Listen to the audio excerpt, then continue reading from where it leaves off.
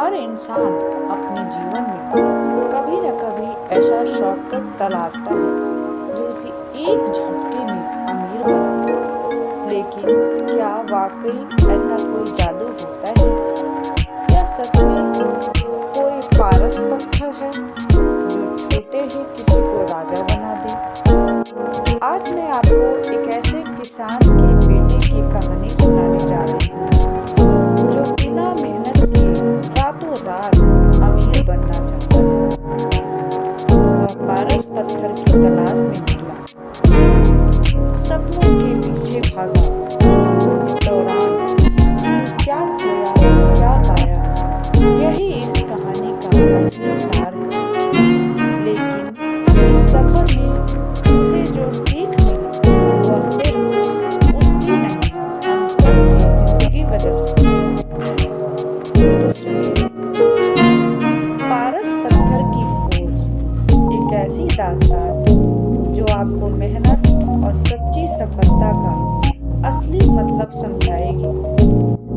बहुत पुरानी बात है, एक किसान था। उसके पास सैकड़ों एकड़ जमीन थी। किसान बूढ़ा हो चला। उसका एक लड़का था, उसका नाम सुरेश था। एक दिन अचानक जमींदार की मृत्यु हो गई। अब सारे जमीन की देखभाल उसके लड़के सुरेश के ऊपर आ गई।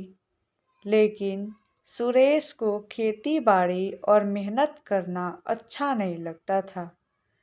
वह जल्द ही बहुत अमीर बनना चाहता था। तभी किसी ने उसे पारस पत्थर के बारे में बताया। पारस पत्थर एक ऐसा पत्थर होता है जिसे किसी भी धातु से स्पर्श करने पर वह धातु सोना बन जाती है। सुरेश किसी भी कीमत पर पारस पत्थर पाना चाहता था। उसने पारस पत्थर ढूंढने का बहुत प्रयास किया, किंतु उसे पारस पत्थर कहीं नहीं मिला। पारस पत्थर के लिए उसने कई लोगों से संपर्क किया, किंतु वह पारस पत्थर पाने में असफल रहा। आसपास के ठगों को पता चल गया कि सुरेश किसी भी कीमत पर पारस पत्थर पाना चाहता है। ठगों ने पारस पत्थर का लालच देकर सुरेश से लाखों रुपए ऐंठ लिए। ठगों के बाद सुरेश ढोंगी बाबाओं के जाल में फंस गया। ढोंगी बाबाओं ने भी सुरेश को लालच देकर बहुत सा पैसा ऐंठ लिया।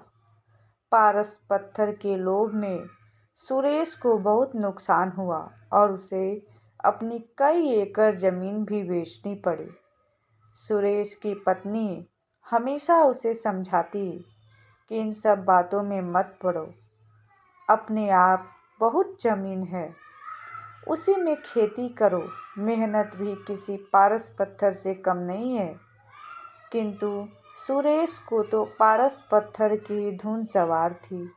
एक दिन गांव में बहुत पहुंचे हुए संत आए। सभी ने उन्हें अपनी समस्याएं बतलाई। सुरेश भी अपनी पत्नी के साथ उनसे मिलने गया और उन्हें अपनी समस्या बतलाई।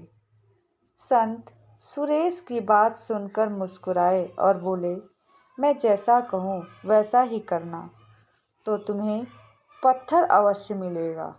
संत की बात सुनकर सुरेश बहुत खुश और शांत से बोला, कृपया कर मुझे वह तरीका बतलाइए जिससे मुझे पारस पत्थर मिल जाए। संत बोले, तुम्हें केले के पेड़ की पत्तियों के नोक पर जमा सुबह की ओस की बूंदें एक बर्तन में एकत्र करना है और जब तुम 5 लीटर ओस की बूंदें एकत्र कर लो तो मैं उसे अभिमंत्रित कर पारस पत्थर में बदल दूंगा। लेकिन याद रहे, ओस की बूंद में तुम पानी मिलाकर धोखा देने का प्रयास करोगे तो तुम्हारी पूरी मेहनत पर पानी फिर जाएगा और ओस की बूंद पारस पत्थर नहीं बन पाएगी। यह काम बहुत कठिन था। सबसे पहले सुरेश ने अपनी कुछ जमीन पर केले के पेड़ लगाए। केले के पेड़ धीरे धीरे बढ़ रहे थे, किंतु इतने पेड़ों में वह ओस की सिर्फ कुछ ही बूंदें एकत्र कर पा रहा था। उसे लगा, इतने केले के पौधों से 5 लीटर ओस एकत्र करने में तो उसे सालों लग जाएंगे। उसने फिर कुछ केले के पौधे और लगाए। इस तरह करते करते उसने अपनी लगभग पूरी जमीन पर केले के पेड़ लगा लिए। सुरेश अब इन केलों के पौधों को पानी देता और उनकी देखभाल करता। 2 साल की अथक मेहनत के बाद सुरेश 5 लीटर ओस के बूंद एकत्र कर पाया और अत्यधिक प्रसन्न होकर साधु महाराज के पास गया और बोला, उन्हें 5 लीटर ओस की बूंदों से भरा बर्तन देते हुए बोला, साधु महाराज, आपकी आज्ञा अनुसार मैंने 2 साल की अथक मेहनत के बाद ये 5 लीटर ओस की बूंद एकत्रित की है। कृपया अब इन्हें पारस पत्थर में बदल दीजिए। साधु महाराज बोले, सुरेश, तुम्हारी मेहनत सराहनीय है। तुम्हें तुम्हारी मेहनत का फल अवश्य मिलेगा। कल जब तुम आओगे तो अपनी पत्नी को भी साथ लाना। सुरेश खुश होकर अपने घर चला गया और पत्नी को सारी बात बतलाई। दूसरे दिन दोनों पति पत्नी जल्दी उठकर नहा धोकर साधु के पास पहुँचे।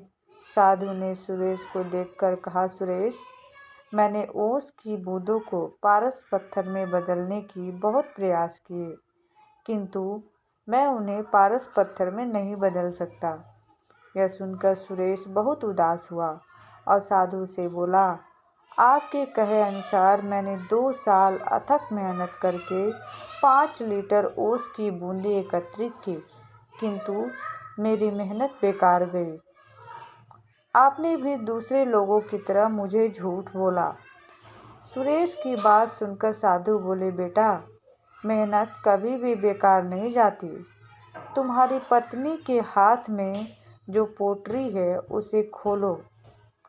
सुरेश ने उसकी पत्नी के हाथ में रखी पोटली खोली तो देखकर दंग रह गया। उसमें सोने चांदी के आभूषण और कीमती रत्न थे। साधु बोले, सुरेश, ये तुम्हारी मेहनत का फल है, जो किसी पारस पत्थर से कम नहीं है। सुरेश ने कहा, यह मेरी मेहनत का फल कैसे हुआ? साधु बोले, तुमने 2 साल से मेहनत करके जो केले के पौधे लगाए थे, 2 साल में उसमें फल भी लग रहे हैं, किंतु तुम्हारा पूरा ध्यान पारस पत्थर और ओस की बूंदों पर था और तुमने फलों पर ध्यान नहीं दिया। किंतु तुम्हारी पत्नी इन फलों को बाजार भिजवा दिया करती थी और ये सारे आभूषण और रत्न फलों की बिक्री से आए हैं, पैसों को बेचकर खरीदे हैं।